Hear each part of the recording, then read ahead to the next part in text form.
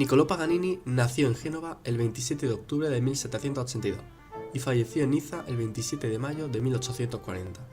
Es considerado uno de los mejores violinistas que han existido, aunque también tocaba la viola, la guitarra y componía. Un dato importante es que nació en una época de supersticiones, por lo que esto ayudó en su carrera. Cuando Paganini era muy pequeño, su padre, Antonio Paganini, se dio cuenta de su gran talento y le dio clases de violín, pues él, aparte de dedicarse al comercio marítimo, era violinista. Cuando Antonio le enseñó todo lo que sabía, buscó a otro maestro. Tenía los dedos y los brazos más largos de lo normal, lo que le permitió hacerse construir un arco más largo y abarcar más espacio en la cuerda. Este hecho era causa de una enfermedad que se desarrollará con el aumento de su edad. A los 9 años hizo su primer concierto en el que interpretó una obra propia e impresionó tanto al público que éste recogió fondos para que fuera a estudiar con un profesor de prestigio, Alessandro Rolla, en Parma. Cuando éste le escuchó tocar, le dijo que él no tenía nada que enseñarle. Debido a su carácter tan aventurero y apasionado, se independizó y comenzó sus giras en 1805 muy joven para lanzarse al mundo de la música, empezando por Lombardía, pero hasta 1813 no se le consideró un virtuoso del violín. En 1827 realizó un concierto bastante importante para su carrera. Fue un concierto propio compuesto por él en Nápoles.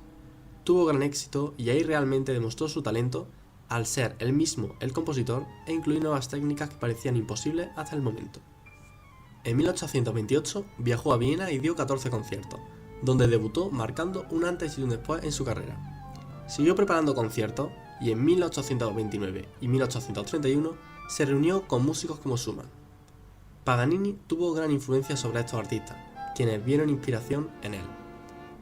Después empezó a viajar por Inglaterra, pero ya empezaba a sentir demasiado la fama y el coste de la entrada era muy elevado, por lo que el público estaba descontento. Aún así, la gente hacía todo lo posible por verle tocar, pues aparte de ser un violinista prodigioso, tenía una forma muy peculiar de tocar por su conformación biológica especial y por su tal distinta manera de interpretar la música. Estos fueron los conciertos que realmente marcaron su carrera.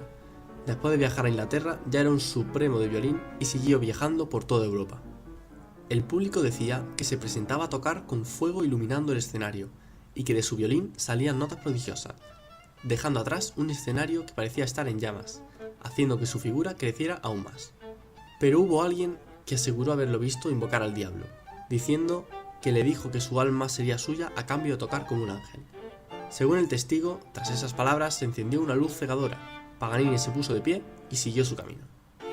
Hubo gente que se lo creyó e hizo lo imposible por verlo tocar, y la fama de Paganini creció aún más. Empezaron a llamarle el violinista del diablo, y poco a poco esta versión fue creciendo, y como su aspecto físico era algo diferente al resto, la gente veía una versión coherente y creíble. La madre de Paganini afirmó que cuando éste tenía 5 años, soñó que el demonio le comunicó que su hijo sería un famoso violinista. A partir de ese momento, el padre de Paganini le obligó a tocar 10 horas diarias. Asimismo, se rumoreaba que asesinó a un amante y con sus tripas hizo 4 cuerdas para el violín. Compuso obras, sonatas y conciertos para violín y guitarra principalmente. Sus composiciones abarcan todos los niveles, desde iniciación, como la danza de la bruja,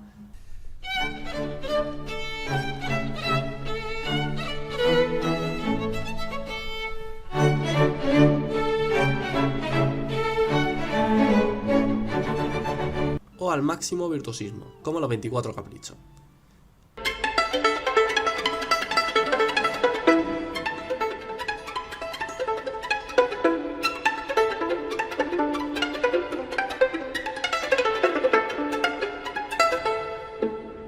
Sus obras más importantes son los conciertos para violín número 1 y número 3 en re mayor, opus 6, el concierto número 2 en si menor, opus 7 la campanella y sus caprichos.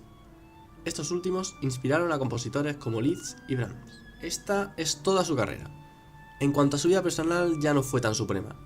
Al comienzo de su carrera, como de pequeño había sido pobre, dinero que caía en sus manos, dinero que derrochaba.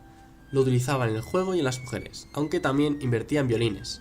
Solo se compraba Stradivarius, Guarnerius y Amati. Le molestaba mucho que le invitasen a comer para luego tener que ejecutar algunas piezas gratis. Entonces, cuando le invitaban y le decían «No olvide el violín», este respondía «Mi violín no come nunca fuera de casa». Tenía muchas amantes, entre ellas Elisa y Paulina, hermanas de Napoleón Bonaparte, pero finalmente se casó con la bailarina Antonia Bianchi, con quien se fue a vivir y tuvo un hijo, Aquiles.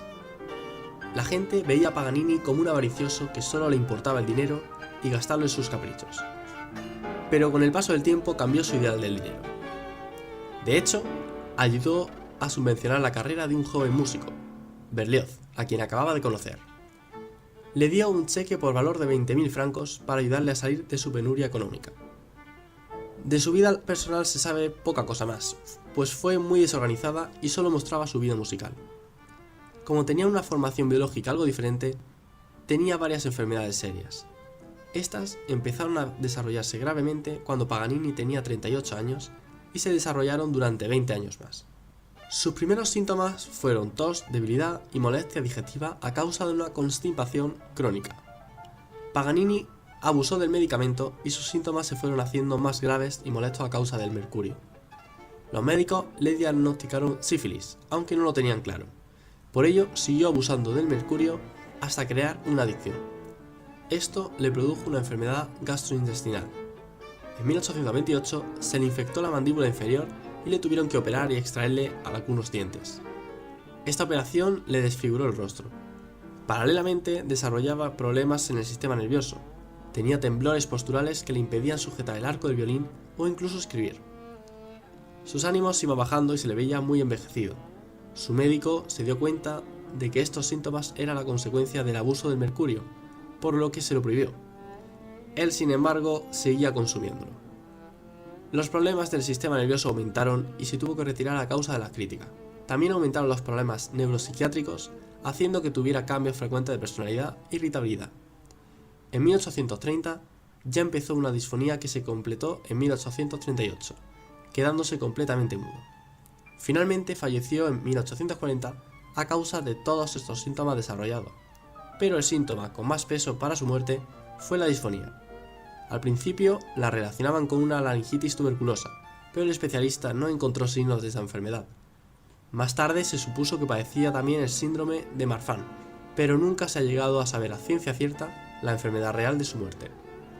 También tenía una gran flexibilidad en las extremidades, por lo que podía tocar perfectamente en 3 octavas sin mover la mano, solo estirando sus dedos, pues su mano estirada llegaba a medir 45 centímetros.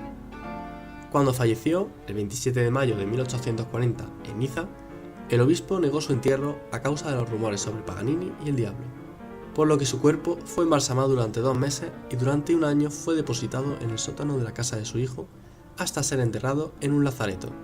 Años después, en 1876, sus restos fueron llevados a Parma. Compositores posteriores, inspirados en Paganini, tomaban como modelo la estructura de sus obras o sus peculiares melodías variándolas. Sobre todo, introdujo el pizzicato y el staccato.